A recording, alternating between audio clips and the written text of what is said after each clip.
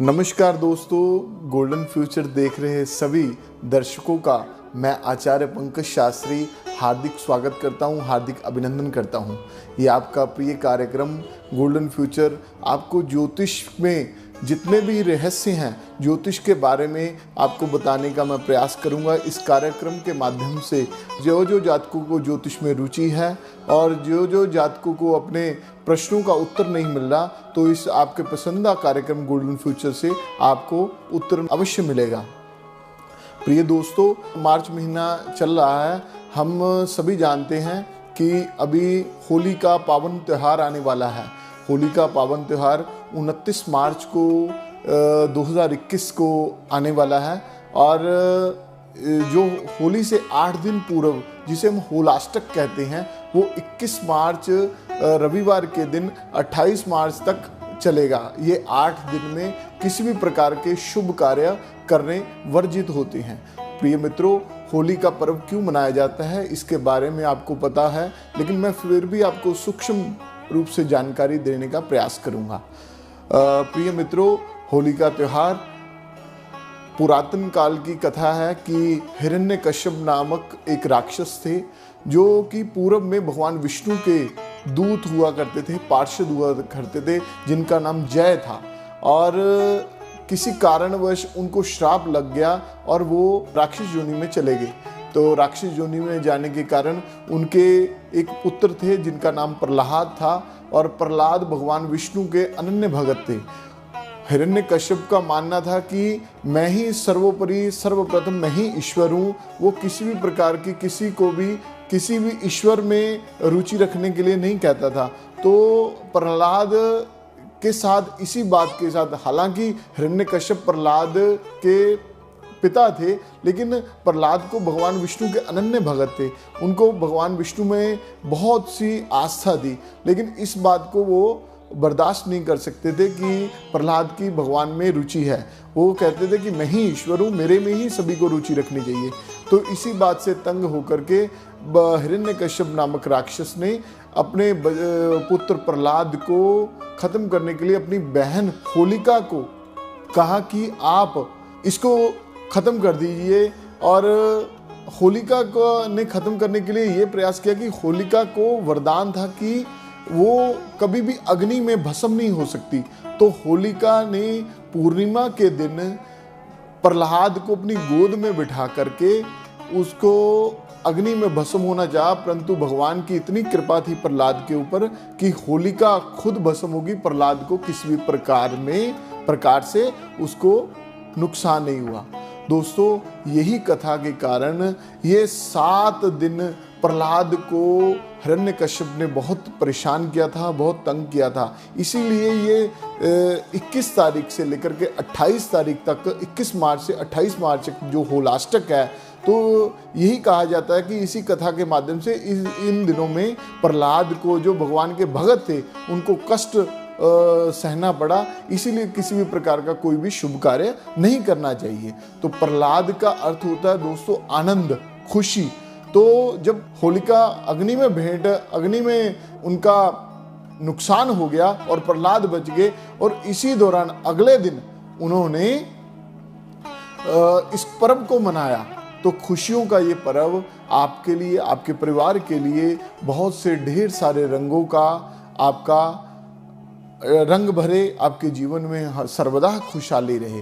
प्रिय मित्रों, मैं अपने अगले कार्यक्रम में आपको होलिका के दिन, होली के पर्व पे कौन कौन से आपको उपाय करने चाहिए ये आपको विशेष कर बताऊंगा। कौन सी राशि वाले को कौन सा उपाय करना चाहिए। इस कार्यक्रम के माध्यम से मैं आपको ये बताने का प्रयास करूंगा कि हमेशा आपको ज्योतिष में जितना भी वहम है, भ्रम है, उसको दूर करने के लिए ये कार्यक्रम लेकर के आए हैं। और दोस्तों, बात यह है कि ज्योतिष के नाम पर आजकल बहुत सारा आडंबर हो रहा है और लोग इस वैदिक विद्या से बहुत दूर हो रहे हैं। तो हमारा अथक प्रयास यही है कि इस वैदिक विद्या के साथ लोगों का जुड़ना रहे, तो ताकि आप लोगों को इसका लाभ मिलता रहे। तो मेरी सभी दोस्तों से, सभी मित्रों से, आप जितने भी दर्शक इस कार्यक्रम को देख रहे हैं, अधिकाधिक इसको शेयर करें और आप नीचे दिए नंबर्स पे, जो हमारे नंबर्स हैं, ये स्क्रीन पे नीचे दिए नंबर्स पे आप मुझसे संपर्क भी कर सकते हैं, अपनी जन्म कुंडली का विश्लेषण भी करवा सकते हैं, ताकि आपके जीवन में जो भी कष्ट हैं, जो भी परेशानियां हैं, वो आपके जीवन में दूर होती रहें। प्रिय मित्रों, मैं किसी भी व्यक्ति को ये नहीं कहूँगा कि लोगों की तरह कि फला राशि वाले को कि ये रंग के साथ होली का त्यौहार मनाना चाहिए और फला राशि वाले को ये। प्रिय मित्रों, ये 7 रंगों का त्यौहार आपके जीवन में खुशियाँ भर दे। हमारा यही प्रयास है कि आपके जीवन में, हमारे जीवन में किसी भी तरह की कोई भी रुकावटें हैं, कोई हमारा दोस्त, कोई रिश्तेदार, कोई मित्रगण हमारे से रुष्ट है, तो इस होली के पावन पर्व पर आप उनको अपने घर पर बुलाएं या उनके घर पर जाएं, ताकि उनके साथ आपका किसी भी प्रकार का कोई भी रिश्ता खराब हुआ हो, उसमें आप खुशहाली के रंगों को भरें और आपके जीवन में हमेशा सुख समृद्धि रहे।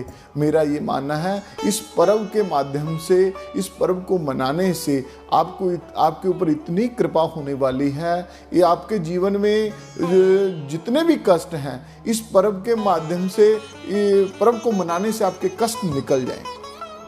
प्रिय मित्रों, हमेशा जीवन में, बहुत जीवन हमारा सूक्ष्म सा जीवन है, किसी के श्वास कितने हैं ईश्वर के हाथों में है, तो हम किसी के साथ हमारा कोई भी मतभेद ना रहे, कोई भी हमसे रुष्ट ना रहे, किसी का हमारे द्वारा दिल ना दुखे ना। हमारा यही प्रयास, आपका और हमारा यही प्रयास रहना चाहिए कि हम खुशियां बांटते रहें।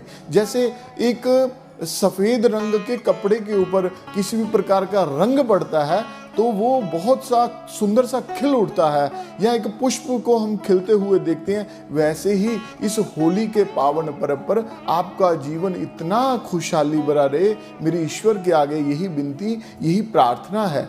तो इस पर्व पर आपने किसी भी प्रकार का कोई भी पुराना वस्त्र नहीं डालना। मैं तो यही कहूँगा कि आप नए वस्त्रों को डालें। नए वस्त्रों को डालने के पश्चात इस पर्व को मनाएं, मिठाइयाँ बांटें और खुद भी खाएं और अपने रिश्तेदारों को, मित्रों को खिलाते रहें। और ये पावन पर्व आपके जीवन में सुख समृद्धि, सुख शांति, कारोबार में प्रगति, धन धान्य की वृद्धि, यदि आपके ऊपर धन धान्य की वृद्धि होगी तो ही आप धर्म का कार्य कर सकेंगे। यदि आपके ऊपर धन धान्य की वृद्धि होगी तो ही आप दान इत्यादि, दक्षिणा, यज्ञ इत्यादि जो भी कार्य हम पूजन पाठ के करते हैं वो भी आप कर सकेंगे। लोगों की सेवा में आप लगा सकेंगे, लोगों के काम आ सकेंगे।